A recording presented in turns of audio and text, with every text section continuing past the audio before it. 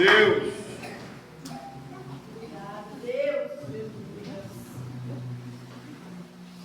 Aleluia, Espírito Santo. Deus seja louvado. Glória a Deus.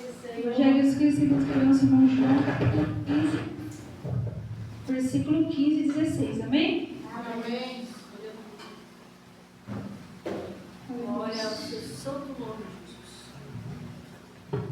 Diz assim a palavra do Senhor: Já vos não chamarei servos, porque o servo não sabe o que faz o seu senhor, mas tenho-vos chamado amigos, porque tudo quanto ouvi de meu Pai vos tenho feito conhecer. Não me escolhestes vós a mim, mas eu vos escolhi a vós, e vos nomeei para que vades e deis frutos, e o vosso fruto permaneça, a fim de que tudo quanto em meu nome pedirdes ao Pai, Ele vos conceda. Amém? Soberano Deus, eterno Pai, diante de na tua presença nessa noite, eu quero, meu Deus, concordar com a oração aqui já feita nesse lugar. Peço ao Senhor a tua infinita misericórdia na minha vida, Senhor, porque eu sou apenas um canal do Senhor, mas que não venha ser eu, mas que seja o Senhor falando, Pai, com a tua igreja. Aquilo, Senhor, que você já falou no meu coração. Eu te agradeço, Pai, pela tua infinita misericórdia na nossa vida. E eu te peço, Senhor, me ajuda, Senhor, me conduza, Pai querido, que o teu Espírito Santo vem estar falando. Eu apenas abro a minha boca e peço ao Senhor, enche, Pai, Pai, que fale também o coração dos teus filhos nessa noite, em nome de Jesus. Amém. A igreja pode sentar aqui, Jesus, amém? Irmãos, eu confesso, né, que antes de eu chegar nessa palavra, nossa, Deus falou muito ao meu coração através de duas pessoas. Aleluia. Que eu vou, de alguma forma, tentar incluir elas nessa palavra, né? Que é Pedro e Paulo, amém? Aleluia. Mas estamos aqui, né, diante da palavra do Senhor, que vai dizer que o próprio Senhor Jesus, Ele fala para os seus discípulos, né? Que Ele não chamaria mais de servos, porque Ele diz que o servo ele não sabe o que faz o Senhor, mas tenho-vos chamado amigos. Porque tudo quanto ouvi de meu Pai vos tenho feito conhecer. Quem lê a palavra do Senhor sabe, irmãos, que quando o Senhor Jesus, Ele desceu aqui nessa terra, né? Ele veio com o propósito do Pai, que era estabelecer o reino de Deus. E para isso, né, o Senhor Jesus estabeleceu algumas pessoas para poder ajudá-los, que são os seus discípulos. E o mais interessante, né, nesse versículo, que o próprio Senhor Jesus ele vai dizer para os seus discípulos que Ele não chama eles mais de servos, porém de amigos. Nós sabemos, pela compreensão humana, que amigo, apesar de muitas pessoas usar essa palavra de forma errada, apesar de muitas pessoas usar a palavra, o termo amigo de uma forma errada, a palavra, né, vai dizer que o Senhor Jesus chama ele de amigo por quê? Porque amigo, é uma pessoa que tem intimidade. É diferente. Servo é só um servo, mas amigo não. E quando o Senhor Jesus fala, não me escolheste vós a mim, mas eu vos escolhi a vós, eu comecei a pensar, meu Deus, o que é mesmo, né, que o ser humano é para Deus se importar tanto com Ele? Inclusive tem um versículo na palavra do Senhor, lá em Jó, mas eu não vou lembrar o versículo agora, que o próprio Jó, ele, em um momento, uma fase da sua vida, ele fala, que é um homem para que eu estimes tanto? E eu estava, né, meditando nessa palavra, e eu fiquei meditando como que o amor de Deus, irmãos, ele é muito grande por cada um de nós. Por nos escolher, por nos amar, por nos chamar primeiro. E o tema, né, dessa campanha é propósito. E quando nós falamos de propósito, eu automaticamente vinculo o propósito na parte espiritual, também é um chamado. Porque o propósito é um foco, é um objetivo. E quando Deus nos chama, irmãos, Deus ele nos chama já com um propósito, um objetivo já estabelecido. E nós que conhecemos a palavra do Senhor e muitas histórias da Bíblia, nós sabemos que o propósito de Deus para as nossas vidas é muito maior do que aquilo que nós pedimos ou pensamos. Porque, agora, incrementando Pedro, lá em Evangelho segundo escreve em Lucas, capítulo 5, vai contar no momento em que o apóstolo Pedro, até então ele era apenas um Pedro, pescador, estava ali no seu barco, porque a Bíblia fala que ele era um pescador cotidiano, e aí tinha naquele local. Mas a Bíblia diz que quando Jesus se achega ali, Jesus ele escolhe o de Pedro para poder entrar. E a Bíblia vai dizer que eles tinham pescado a noite inteira e não tinham pescado nada. Ou seja, na manhã seguinte, quando o Senhor Jesus ele pega o barco de Pedro emprestado, a Bíblia fala que ele vai pegar o barco para poder se afastar um pouco da praia, para poder pregar para uma multidão que o seguia. E depois da palavra, né, a Bíblia vai dizer que o Senhor Jesus ele fala para Pedro jogar as redes para um lado mais fundo daquele mar. E o Pedro, né, ele fala: Senhor, mas nós tentamos pescar a noite inteira e nós não pegamos nada, mas sobre a tua palavra eu farei. E eu fiquei pensando, primeiro Pedro, ele ouviu a mensagem de Cristo, né? Ele sabia, ele pôde reconhecer de alguma forma que o Senhor ele tinha uma autoridade, e ele então decidiu acatar a autoridade de Jesus quando ele disse: Senhor, eu pesquei a noite inteira. Ele estava querendo dizer: eu tentei fazer do meu jeito, mas se o Senhor que está aqui me pregando para essa multidão está falando para eu jogar do outro lado, eu vou jogar. E a Bíblia vai dizer que pela obediência de Pedro, quando ele lança a rede, ele puxa aquela rede, muitos peixes começaram a vir e foi grande aquela pesca, de pesca maravilhosa. Então, irmãos, naquele momento Pedro, a Bíblia diz que ele se surpreende, ele cai de joelhos e fala: Senhor, afasta-te de mim, porque sou um homem pecador. Até então Pedro, né, poderia no seu pensamento de humano pensar: não, eu sei o que eu estou fazendo, eu sou profissional do que eu estou fazendo. Mas não, ele não pensou dessa forma quando Jesus chegou até ele e lhe deu uma ordem. E graças à sua obediência ele pôde colher grandes frutos. E aí quando ele reconhece que ele era um pecador, porque ele viu a grandeza de quem estava falando com ele, a Bíblia fala que o Senhor falou para ele: Pedro, a partir de hoje você não será mais pescador de peixes, mas sim pescador de homens. Naquele momento, Pedro poderia não ter entendido que Deus já tinha estabelecido um propósito para a vida dele. E nós sabemos que Pedro, irmãos, assim como todos os discípulos, todos eles eram falhos, assim como cada um de nós. Mas o Senhor, quando Ele olhou para Pedro, quando Ele olhou para João, quando Ele olhou para cada um deles, assim como Ele olhou para cada um de nós, o Senhor olhou muito mais, muito além dos nossos defeitos, muito além dos defeitos daqueles homens.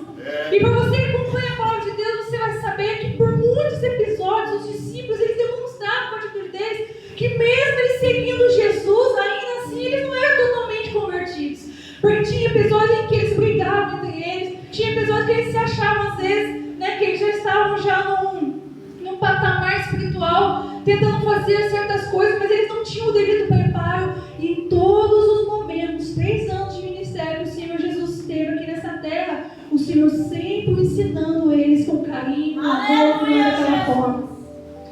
E aí quando chega nessa palavra, né, o Senhor vai falar que eles não foram eles que escolheram Jesus, mas foi Jesus que os escolheu. E quando Jesus os escolheu por um propósito eterno. E sabe, quando a gente fala de propósito, irmãos, nós sabemos que Deus tem, assim como Ele teve com aqueles discípulos, Deus também tem um propósito para mim e para a sua vida. E aí tem aquela frase ali: levante-se, existe um propósito de Deus para se cumprir em você. Aí a pergunta que eu te faço, que você responda para você mesmo nessa noite é: você sabe, você já encontrou o propósito de Deus para a sua vida? Aleluia! Independente disso, o maior propósito de Deus, irmãos, para a humanidade é a salvação. Antes de entrar o pecado no mundo, o objetivo de Deus ter criado o ser humano foi ter alguém ali que era a sua imagem e semelhança para viver ao lado dele.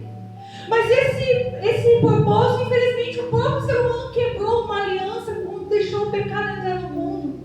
E só que Deus, irmãos, Ele é tão misericordioso que Ele não desistiu da humanidade. Aleluia! Ele enviou o seu Filho para que novamente o véu, né, fosse rasgado, aquele que rompia, né, aquele que mantinha o contato nosso com Deus direto, cortado,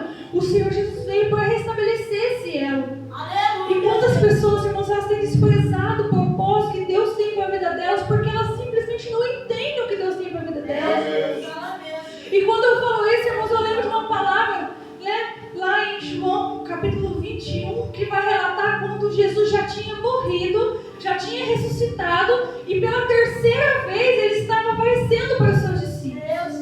E eu vou falar para vocês algo que eu aprendi sobre essa palavra que falou muito ao meu coração, e eu tenho certeza que eu vou falar com você também. É que quando a Bíblia diz que Jesus ele chega, Pedro e alguns dos discípulos estavam pescando. E a Bíblia diz, né, que Pedro ele estava nu, mas em algumas traduções para o grego, né, esse nu, na verdade, não é que ele estava totalmente nu, mas ele estava com uma roupa leve, praticamente uma roupa íntima, que era comum às vezes os pescadores de usar em dias quentes. E aí a palavra vai dizer que Jesus de longe estava vendo aqueles homens. E aí quando Jesus falou para eles assim, olha, joga a rede do lado direito do barco. Só que até então a Bíblia fala que eles não perceberam que era Jesus. E quando eles jogaram a rede, novamente eles tornaram a pegar muitos peixes. E a Bíblia vai dizer que João, na hora, ele falou, olha Pedro, é o Senhor Jesus. E a Bíblia vai dizer que Pedro ele pulou na água, né? Eu acredito eu de vergonha talvez, porque ele não estava esperando que Jesus iria aparecer ali. Irmãos, Pedro, assim como os demais discípulos, eles até viram Jesus morrer, soube que Jesus foi ressuscitado, mas em vez deles continuarem com a trajetória, né, daquilo que o Senhor estabeleceu com eles, eles estavam, vamos dizer assim, andando desapercebidos. Trazendo pela palavra de propósito, eu vejo assim, irmãos, que eles, por um momento, eles tinham esquecido o propósito que Jesus tinha deixado na mão deles. E aí a Bíblia vai dizer que quando ele pula na água, né, os outros discípulos puxam o barco até a praia, e aí Pedro sai da água, coloca uma capa, e aí eles estavam comendo com o Senhor Jesus. E aí o Senhor Jesus ele direciona diretamente para Pedro e faz a seguinte pergunta para ele: Pedro, tu me amas mais do que a estes que estão aqui? Aí a Bíblia vai dizer que o Pedro fala, sim, Senhor, eu te amo. Novamente Jesus pergunta para Pedro: Pedro, tu me amas? E Pedro fala, sim, Senhor, tu sabes que eu te amo. E pela terceira vez Jesus torna a perguntar a Pedro: Pedro, tu me amas? E a Bíblia vai dizer que o coração de Pedro se angustiou, porque o Senhor perguntou para ele pela terceira vez. Irmãos, no grego tem várias formas de se referir à palavra amor. E aeros, né, é aquele amor, vamos dizer assim, romântico. Tem o amor filho, que é o amor fraternal, e o amor ágape, que é o amor de Deus. E quando o Senhor Jesus ele pergunta pela primeira vez a Pedro se Pedro o amava, a tradução, né, vem do grego ágape. Então Jesus estava querendo perguntar para Pedro se ele amava o Senhor Jesus assim, de uma forma, vamos dizer assim, extraordinária, sabe? A ponto de realmente morrer por Cristo. E aí Pedro não entendeu na sua sabedoria humana, ele respondeu na forma filho, ou seja, não respondeu na forma fraternal. Sim, Senhor, eu te amo. É como se ele estivesse falando, Senhor, eu gosto do Senhor. E aí o Senhor Jesus novamente perguntou na mesma intenção, no amor ágape. Pedro novamente respondeu na versão filho. E na terceira vez Jesus reduziu ao tom de Pedro: você me ama, Pedro, no tom filho. E aí ele falou, sim, Senhor, tu sabes que eu te amo. Irmãos, você sabe, eu estava meditando essa palavra, meu Deus, o Senhor perguntou 3 vezes para Pedro. Se qualquer pessoa perguntasse uma coisa para você 3 vezes, talvez você ficaria angustiado, às vezes você ficaria até irritado, né? Tipo, nossa, não está entendendo a minha resposta. Mas Jesus, irmãos, com aquelas 3 perguntas, ele queria que Pedro fizesse uma autorreflexão se o amor que ele tinha por Jesus realmente era um amor verdadeiro. Sabe por quê? Porque Pedro estava deixando ali o seu chamado de lado, seu propósito de lado, estava totalmente desapercebido, irmãos.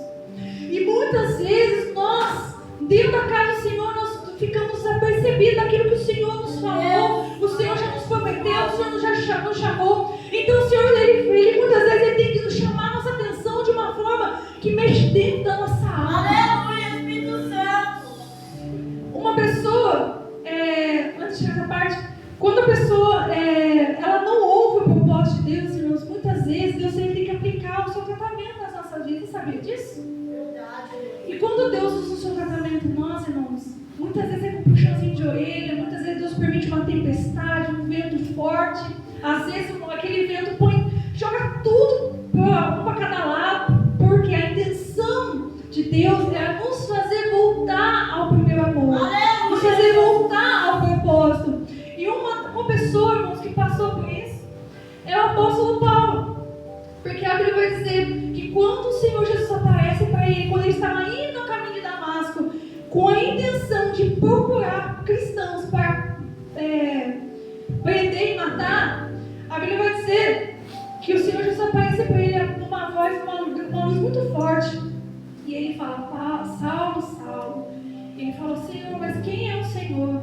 Eu sou Jesus a quem tu persegues. E uma coisa muito forte que o Senhor Jesus fala para ele, irmãos, que por muito tempo eu nem parava para imaginar o que isso significava, até eu começar a meditar na palavra e Deus falava fortemente ao meu coração.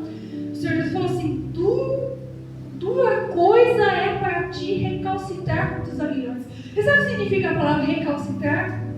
Resistir. Aleluia. Você sabe o que é aguilhão? É uma espécie de uma lança muito pontiaguda que as pessoas antigamente usavam quando o boi, quando o gado, né, ele começava a querer, vamos dizer assim, esmorecer no serviço, ele ia lá, levava uma aguilhoada para ele lembrar que ele tinha que continuar. E muitas vezes, quando o Senhor falou isso para Paulo, dura coisa é para ti recalcitrar contra os aguilhões, ele estava dizendo que Paulo já estava sofrendo os aguilhões de Deus na vida dele, sem ele perceber. Até porque a Bíblia vai dizer que Paulo, ele era um judeu, irmãos, só que ele, por ter um conhecimento, por ele viver ali no meio dos fariseus, ele simplesmente era como um daqueles outros fariseus que não aceitava a palavra de Jesus. Então Jesus teve que deixar ele cego por 3 dias e fazer ele, como o próprio Senhor Jesus falou para ele: eu vou mostrar para ele o que é padecer por causa do meu nome, do Evangelho. Foi assim que Deus colocou Paulo novamente no seu propósito, porque antes mesmo de Paulo ter noção do tamanho do propósito que Deus tinha para a vida dele, Deus já tinha um plano grande na vida daquele homem, um plano de missão. Só que ele, ao invés de se render à palavra, ele perseguia quem pregava a palavra. Então Deus precisou dar uma guilhoada em Paulo para fazer ele ver que ele, sem Deus, ele não era nada, que ele poderia achar que ele era alguém porque ele tinha estudado com um dos maiores teólogos daquela época, mas sem Deus ele não era nada. E quantas pessoas, irmãos, elas acham que elas são alguma coisa, mas elas não consideram a palavra de Deus. E muitas vezes Deus usa um vaso para falar com ela de conserto, e ela simplesmente entra a palavra por um ouvido e sai por outro. Mas vai chegar um tempo que Deus vai começar a apertar as rédeas. Então, irmãos, nós não devemos esperar que Deus vai nos colocar novamente no propósito. Deus tem que fazer isso com cada um de nós, irmãos. Nós temos que ter ouvido a voz do Senhor. O apóstolo vai dizer que sem mim nada podeis fazer. E isso é uma coisa que o Senhor Jesus sempre ensinou para os seus discípulos, irmãos, é que eles tinham que estar em comunhão com o Senhor. Não era para um se achar melhor que o outro. Assim como na casa do Senhor não tem ninguém que é melhor que o outro. O maior propósito de Deus na nossa vida, irmãos, é fazer com que nós cresçamos nele, Cristo, que é a cabeça da igreja. E muitas pessoas, irmãos, elas têm se acomodado no seu chamado. Elas têm feito pouco caso do propósito que Deus estabeleceu para a vida delas. Às vezes Deus chamou ela para poder ministrar, mas ela, eu tenho vergonha, não sei falar. Às vezes Deus quer levantar a pessoa, no dom da cura, no dom do louvor, mas a pessoa, ela se recusa, ela se reclua. Irmãos, o maior objetivo de Satanás é tirar o foco do cristão da palavra do Senhor. Muitas vezes ele vai usar pessoas dentro do nosso serviço, na escola, principalmente, irmãos, quando a gente estiver focado. Sabe quando você está focado naquilo que Deus falou com você? Você pode ter certeza que o inimigo ele vai levantar, irmãos, pessoas, coisas, situações para tentar tirar você do seu foco, para que você perca a sua atenção do seu propósito. Mas o Senhor nessa noite está dizendo: não perca o propósito, não perca o foco. Eu tenho um propósito estabelecido no meu coração para vocês. E saiba, irmãos, que é muito maior aquilo que você deseja. Talvez, irmãos, o seu propósito que você tem no seu coração,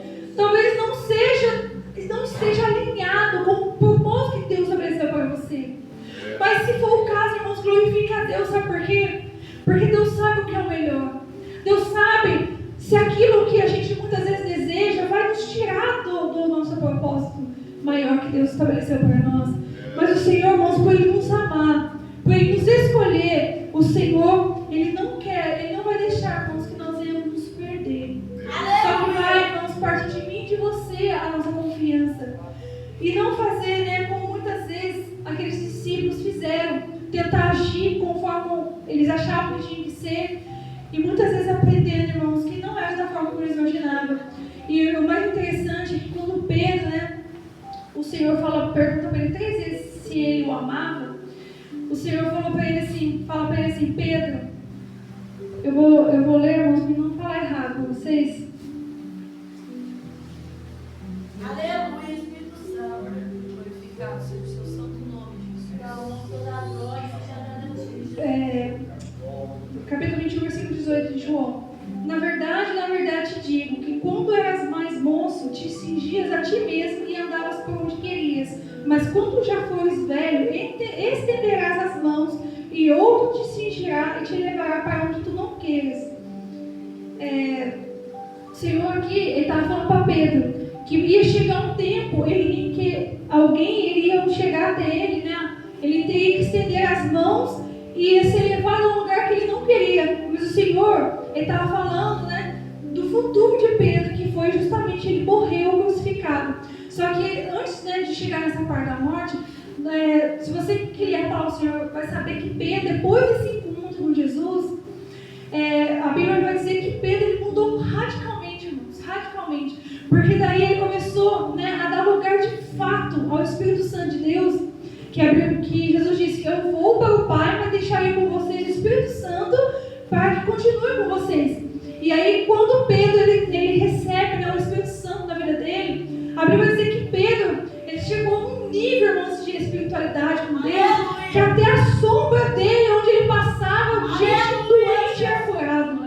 Então, assim, do homem que era apenas um pescador de peixes, do homem que era preguento, do homem que tinha um temperamento forte, do homem que por muito tempo, né, não soube de fato o propósito que Deus tinha para a vida dele, quando ele de fato deixou Deus operar na vida dele, ele foi um grande diferencial da igreja primitiva, um grande diferencial, até o ponto de que ele de fato morreu por amor a Cristo. Ou seja, se fosse o Pedro, naquele momento que o Senhor perguntou para ele 3 vezes, se fosse naquele momento que ele tivesse que morrer para Jesus, ele talvez, irmão, seria negado à morte, porque ele não estava preparado. Mas no momento quando o Senhor Jesus chamou a atenção dele com aquela pergunta 3 vezes, e ele deixou então o Espírito Santo tomar conta de fato da vida dele, a Bíblia vai dizer que Pedro, em um só culto, irmãos, ganhou 3.000 almas para Jesus. Meu Deus. Para aquele homem que estava disperso, dessa vez estava agora trabalhando para o reino de Deus. Estava fazendo a vontade de Deus. Para chegar no fim da sua vida, ele morrer crucificado. Né? E segundo a história, ele pediu para morrer de cabeça para baixo, porque ele não se achava digno de morrer como seu Senhor. Ou seja, irmãos, muitas vezes, né, uma pessoa ela precisa passar por um momento difícil. Muitas vezes o Senhor tem que beliscar, né, como eu disse, usar as suas aguilhoadas nas pessoas com carinho, com amor, irmãos, para poder a pessoa voltar ao seu propósito e para que então ela venha crescer de fato na fé. Então, irmãos, eu e vocês estamos aqui nessa noite para aprender que nós não precisamos levar as aguilhoadas de Deus. Nós precisamos, não basta nós ouvirmos a voz do Senhor. E se você ainda não sabe o propósito que Deus levantou para a sua vida, comece a orar, Senhor, qual é o propósito que o Senhor tem para a minha vida, Senhor? Talvez seja para ir nos hospitais, orar pelos doentes, talvez seja ir para as ruas, orar pelas pessoas. Peça a Deus direcionamento para a sua vida. E não se acomode naquilo que você acha que está tudo bem. Porque, irmãos, Deus não nos chamou para ficarmos parados. Deus nos chamou para levar o Evangelho adiante. E Ele conta, irmãos, comigo e com você nessa noite. Amém? Não esqueça, irmãos, que Deus tem um propósito grande para a minha e para a sua vida. E se nós, irmãos, nos propusermos a sua vontade, nós jamais ficaremos decepcionados. Amém? Para que esse pau de pé em Jesus, que o Senhor continue falando através dessa palavra no coração de cada um.